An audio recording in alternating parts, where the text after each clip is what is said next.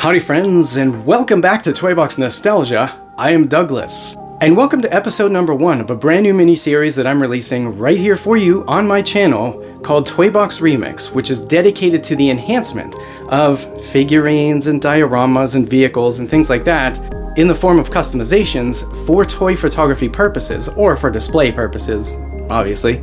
So in this very first episode, we're going to be taking a look at a very cost-effective yet easy method that we can enhance our figurines, which yields really good results. I mean, that's why I'm sharing it here with you.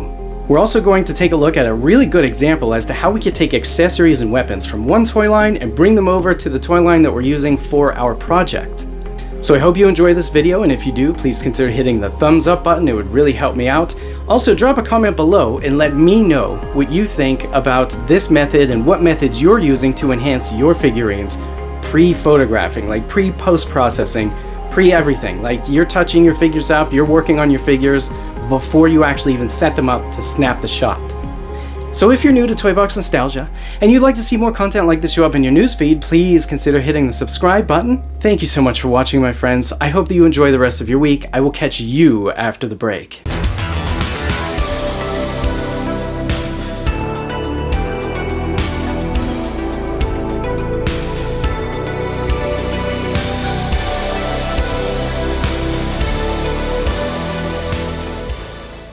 Okay, so let's take a look at some of the upgrades that I've done to these action figures. These are the 2021 re-release of the 2012 Playmates Nickelodeon Teenage Mutant Ninja Turtles. The first thing you may notice is the wash. So these two right here, Donatello and Michelangelo, now have a wash on them. Let's take a look at Donatello first. So instead of using black on the entire figurine, because I thought that kind of looks weird, I see people doing it all the time, I decided to color match this. So for instance, see this cool colored green here on the skin? I used a dark cool colored green for all of the shadowing here. On the tan inner shell here, I used a dark brown, and anywhere that there was brown, I used black here. On the back of the shell, we see that it's like a greenish olive brown color, so I just used a dark brown on the shell. And then again here, the stitchings that are on his belt here, we see I did put black on there.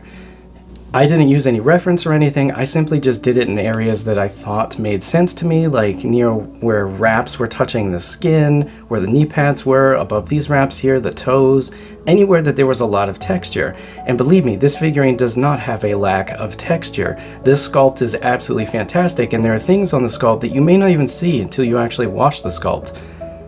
Like for instance, look at all the warts on the hand right there. There's warts on the biceps right here.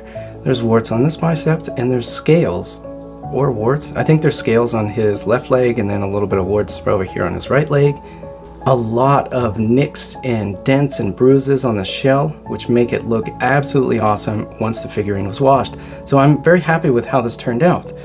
Now taking a look at the paint here, I used this Hooker's Green Hue Permanent from Liquitex Professional. I mixed in a little bit of water to it, not much. I just want it to be a little bit thinner so it was easier to wipe off. Speaking of wiping off, I ended up cutting a t-shirt and wrapping it around my thumb, dipping my thumb in water and rubbing against the creases themselves. I did this only after the paint was fully dry. I let the paint dry for at least a half an hour each time. So for instance, see this horizontal line here on the inner shell right here? I would rub my thumb upwards for that. The vertical line here, I would rub my thumb horizontally for that. And I did that just so to like ensure that the paint stayed in the crease.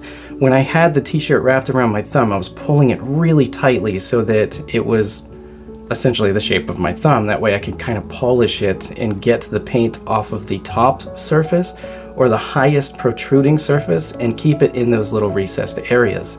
I used a very, very dark green for the mouth and the dimple here and around the mask here. As you see here, he does have, it looks really cool. He even has a dimple over here on his right side.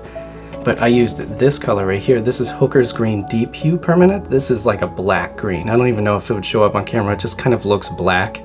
But the very edge, I don't know if you can see it. It actually is green. Moving on to Michelangelo. Michelangelo has a sweet pea green colored skin, so I decided to go with brown. So this isn't black, these are all brown, as you see here. Pretty much the entire figure was washed in brown actually, except the belt. I did a little bit of black here on the belt, and I did black inside of all of the pads here, as you see here. I didn't do his feet yet, or his legs, or the bottoms of his legs, his calves. If you take a look at his teeth, I actually used a black color. I just essentially painted all of his teeth black, let it dry, and then to get my rag inside of here, I actually wrapped it around the tip of the paintbrush and stuck it in there and just kept rubbing and rubbing. So I was brushing his teeth essentially. But it's great because I think that it shows each individual tooth much better, and I just absolutely love the way that these turned out. I even did the bandana, as you see here. So yeah, this is my very first attempt to customize figures by just simply applying a wash to them. So the next thing you may have noticed are the weapons. These weapons are absolutely amazing, and they did not come with the Playmates line. They actually came with the Super 7 Ultimates line. Simply due to the fact that the limbs are disproportionate, the hands are really big, the feet are really big, the weapons from the larger Ninja Turtles actually fit on these.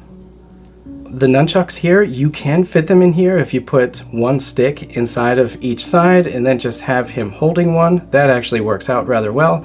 But I just think that these look fantastic on these figurines. They just like make the figures so much better. Even the swords for Leonardo from the Ultimates line, the smaller swords that come with the Samurai Leonardo, they fit with this. As you see here, really good size here. See, about the same size as the sheath here on the back. See? And they just make the figure look that much better. Now you could customize your weapons that did come with these figurines if you weren't willing to sacrifice the weapons temporarily from your other collection from the Ultimates line. But these weapons are just, I feel like they're just designed so much better. They're just, especially with the metal here with this. The only one that didn't work was the bow staff for Donatello. Look how big the bow staff is for the Super 7 Ultimates line compared to the bow staff that came with the Playmates TMNT Nickelodeon line. So luckily, I was at a antique store here in Verona, Pennsylvania this weekend and with my mom, and I found this. This is an actual 2012 Donatello. Now, what caught my eye was the fact that the bow had a lot of grain in the wood, like deep recesses for the wood grain, and also the wrapping. So there's two things I'd like to try here. First of all, does this bow fit with the 2021 re-release of Donatello? Let's take a comparison here. I'm not sure that this one actually came with the 2012 because I don't remember ever seeing wraps that were white, unless somebody custom painted it. But if you compare the two, they're drastically different. This one came with the 2021 re-release, and this one just came loose in the bag with the 2012 original edition. So, will this fit? Let's give it a try. This is the true test here because, look at that. Perfect. It fits perfectly in there. So I like absolutely lucked out when it comes to this one weapon. Like literally, the store only had Donatello, and it was the only figurine I did not have a nice weapon for. One of the cool parts about it is, again, look how deep the wood grain is. Like when I wash this, it's gonna look fantastic. I'll probably wash it with a very dark brown and then do a light black wash on the wraps here since the wraps are white. It's very gummy. It's not plastic. It's like very soft rubber. So I don't know how to do it without looking like it's warped. So the next thing I'd like to try is the head. Does the head fit? They should, right? Should be the same ball joint up there, right? But anyways, look at the head differences here. On the right side, you can see that the eyes look a lot different. They're smaller than the one on the left side. The right side, again, is the original 2012 release. If you take a look at the bottom of the foot and the foot itself with the 3 toes, I don't know if that's going to show up on camera or not. Yeah, see, 2012 Viacom. So this is the original release here. I bet you it's going to fit. Oh, maybe not. Look at the ball joints here. The original one looks smaller. Yeah, look at that. Yeah, absolutely not. Unfortunately. Look how much it sticks out at the bottom. Oh, that's bad. Oh well. Let's test the 2021 re-release on the original. Yeah, doesn't even fit. That's okay. The head that I have on here is nice. I like the giant white eyes, and plus it's washed. Look at his mouth. It's very nice. Anyways, thank you so much for watching this video. I hope you enjoyed this. Again, this is my very first time doing any type of customization at all to any figurines, so please be nice.